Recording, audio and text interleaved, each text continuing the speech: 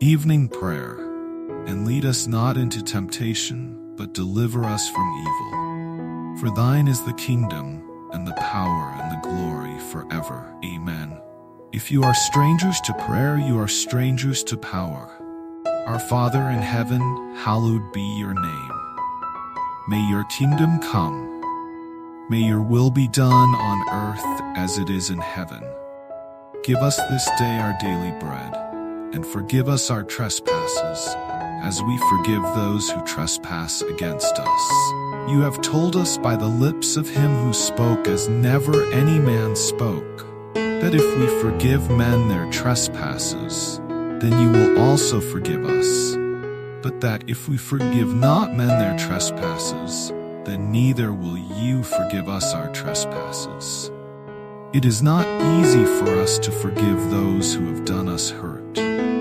We often cherish bitter feelings and are not willing to put them out of our hearts. Yet our Father, we want to be like you, and we are not like you if we are unforgiving. You forgive us not once only, but endlessly. You forgive altogether, putting our sins behind your back, remembering them no more forever, receiving your pardoned children back into favor, as if they never had sinned, and restoring them to all that they have lost by their wandering.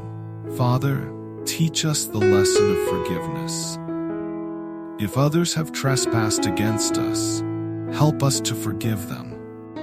If they have trespassed against us 7 times, help us to forgive 7 times, 70 times 7 times. Help us to forgive as you do, fully, freely, taking the offending friend back to our heart again, loving unto the uttermost. We desire to obey this teaching. You know how hard it is to do it. Help us, gracious Lord.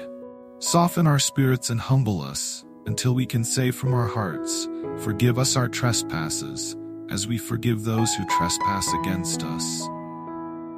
For yours is the kingdom, and the power, and the glory, forever. Amen.